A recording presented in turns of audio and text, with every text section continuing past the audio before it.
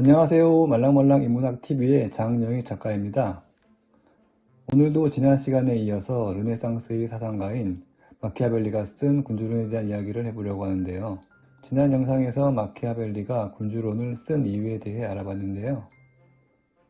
마키아벨리는 강력한 군주가 이탈리아의 혼란을 없애고 백성들이 자신의 생업에 집중하며 편안한 삶을 살 수 있게 되기를 바라는 마음으로 군주론을 썼는데요.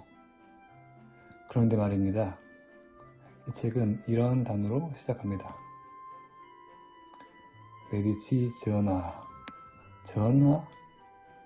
우리나라 사극에서 보통 신하가 왕을 부를 때 하는 말인데요.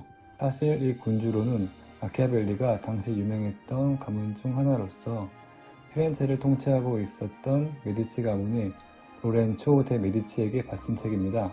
왕에게서 관심을 받고자 하는 사람이라면 왕이 제일 좋아할 만한 것을 가지고 찾아가는 게 좋을 텐데요.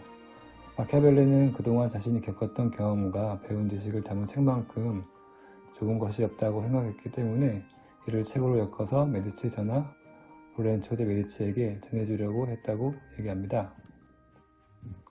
그리고 자신이 쓴 이 책을 읽는다면 메디치 전하의 위대함이 더없이 크게 이루어질 것이라고 하면서 마지막에 이 말을 덧붙입니다.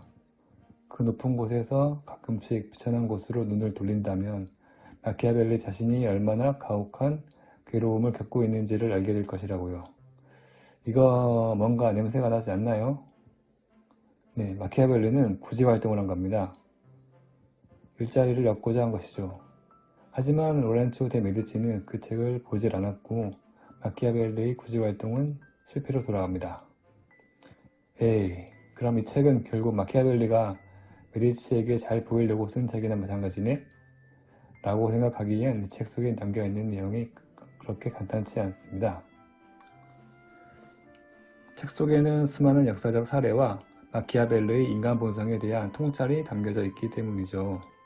이 책은 크게 4부분으로 나눠져 있는데 1장에서 11장까지 군주로서 백성들을 통치할 수 있게 해주는 권위와 권력에 대한 이야기를 하는 부분으로 여기가 첫 번째고요.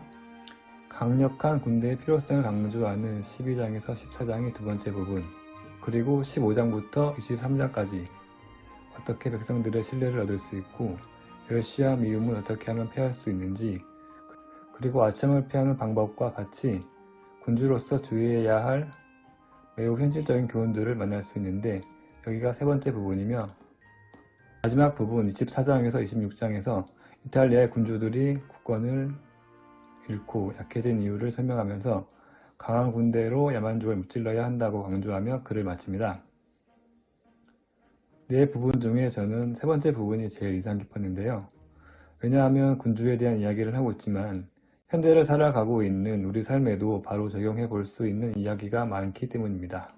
이 장에 어떤 내용들이 있는지를 살펴보면 군주에 대한 신뢰를 지속시킬 수 있는 방법, 멸시와 미움을 피할 수 있는 방법, 군주에게 있어서 관대함과 인색함은 무엇이며 군주가 믿고 맡길 수 있는 신복에 대한 이야기, 군주로서 백성들에게 사랑을 받는 것과 두려움을 받는 것의 차이 등에 대한 이야기를 해주는데요. 이 장에서 자주 등장하는 군주라는 단어를 우리 주변에서 쓰이는 팀장, 리더, 상관, 장군이라는 단어로 바꿔보면 놀랍게도 우리 삶에도 딱 들어맞는 부분이 많다는 것을 알 수 있습니다. 예를 들어 18장에 보면은 이런 이야기가 나옵니다.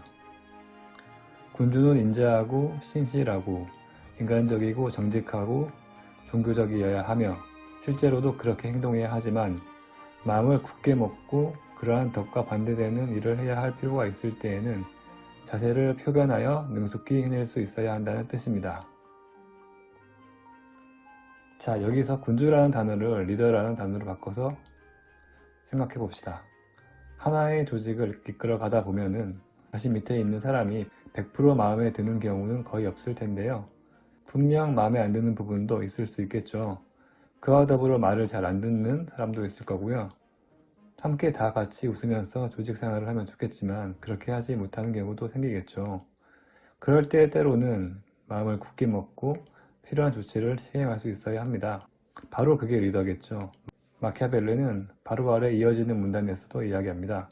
할 수만 있다면 도덕적으로 옳은 일을 절대 저버려서는 안 된다고. 그러나 어쩔 수 없을 경우에는 악행을 저지를 수 있어야 한다고 말이죠. 다른 예를 하나 더 들어볼까요? 21장에는 이런 내용이 있습니다. 군주가 존경을 받는 방법으로는 자신의 능력에 대하여 위대한 과업을 수행하고 비범한 모범을 보이는 것보다 더 좋은 것이 없습니다. 이 대목의 군주라는 단어를 리더로 바꿔서 읽어봐도 의미는 무척 잘 통합니다. 자신이 충분한 실력을 갖고 있다는 것을 보여준다면 다른 이들도 믿고 잘 따를 수 있을 거라 생각합니다. 그리고 21장의 끝부분에서 마키아벨리는 또 이렇게 얘기하는데요. 군주는 또한 재능이 있는 사람에게 호의를 베풀고 어떤 분야에서 출중한 재주를 갖고 있는 사람을 영광스럽게 만들어 줌으로써 자신이야말로 능력 있는 사람을 사랑하는 인물임을 보여줘야 합니다. 그뿐만 아니라 군주는 시민들이 상업이나 농업이나 또는 그 밖의 모든 직업에서 자신의 능력을 마음 놓고 발휘하도록 기회를 줌으로써 그들을 격려해야 합니다. 저는 리더는 직접 현장에서 일을 하는 사람이라기보다는 현장이 잘 돌아가도록 환경을 만들어주는 사람이라고 생각하는데요. 위에서 군주가 재능 있는 사람이 자신의 능력을 잘 발휘할 수 있도록 기회를 주는 것처럼 리더라면 다른 이들이 능력을 10분 발휘할 수 있도록 판을 깔아줄 수 있어야 한다고 생각합니다. 이런 마키아벨리의 이야기들은 우리 삶 속에서도 충분히 적용할 수 있지 않을까 생각합니다. 군주론이라는 책의 좋은 점 중 하나가 바로 우리 삶과 연결해서 생각해 볼 수 있는 지점이 많다는 것입니다. 아주 오래전에 쓰여졌고 현대와 동떨어져 있을 것만 같은 군주론이라는 제목이지만 마키아벨리는 이 책을 인간 본성에 대한 깊은 통찰을 바탕으로 써 내려갔습니다. 그리고 그 통찰은 곧 우리의 삶에도 닿아 있죠. 그래서 저는 이 책을 여러분께 추천하고 싶습니다. 이 책 속에 나오는 인간 본성에 관한 문구들을 읽다 보면 우리의 삶에 대해 스스로 한 번 더 생각해 볼 수 있게 되기 때문입니다. 오늘의 영상은 여기까지입니다. 다음에는 다른 인문학 콘텐츠로 여러분을 찾아오도록 하겠습니다. 내용이 좋으셨다면 구독, 좋아요 많이 눌러주시고요. 다음 영상에서 또 뵙겠습니다. 영상 시청해주셔서 감사합니다.